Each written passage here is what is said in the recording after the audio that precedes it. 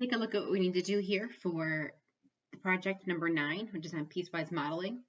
There's a data set in this link, so I'm going to open that up and take a look. If you give it a second, the data is going to load up as a graph. Here it comes. And so this is supposed to be a piecewise linear model. And so you should be looking at this and trying to identify chunks that look linear. Like, for example, these 3 points seem to connect in a linear pattern where a straight line would go through them appropriately. But when you jump down to this next point, it doesn't seem to follow the same pattern. So my piece 1 would probably have these 3 data points in it, and I would do a linear regression model between those 3. Then I would do another one in the next chunk, looking at these 3. They look like they're going to be in a consistent linear pattern between these 3. So this point right here is going to get to be used twice because it's the end point for the first chunk and it is the beginning point for the second chunk, if that makes sense. What I'm calling chunks here, this linear segment and this linear segment. Then there are other linear segments that you can identify. So as you go back to the project's description, you're going to make folders, piece 1, piece 2, etc., until you have enough folders for each of the pieces. And in each folder, we're going to make a table for the data points that seem to fit that particular linear pattern. Note if you have a border value, it can be used twice in table 1 and table 2. And then we're going to do some regression lines. Now, you want your regression lines to actually be line segments. So after you do the regression statement and find the equation, you're going to retype the line yourself with a restriction. So in the case of the first piece, I would restrict that between, it's going between these first 3 data points. So it's going from 1900, which is probably going to be my 0 year, up to 1910. So I'd go from, say, 0 to 10 right there.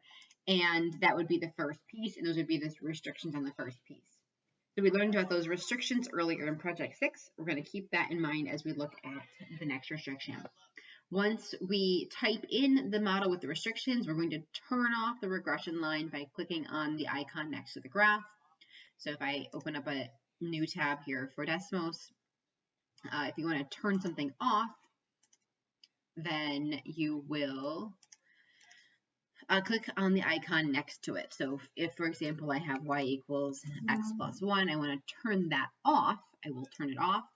And then you're going to have your regression line, not this line, but your regression line going between whatever it needs to go to. And then you would see not the full line, but you'd see just the segment that matched the data for that piece.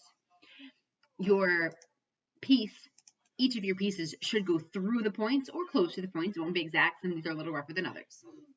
Okay, the main part of Project 9 is to create the pieces and the piecewise functions through regression with their restrictions to make the piecewise function.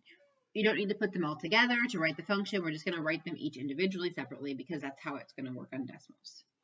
All right, then the note at the bottom here, if you go back into the data set, there is a second tab at the very bottom of the screen, which gives the full data set. I've already kind of culled the data, cut it down and restricted it to every 5 years so that mostly so that you don't have to type as many data points. But when I did that, we lost some important differences from the full data set. So you want to just comment on those.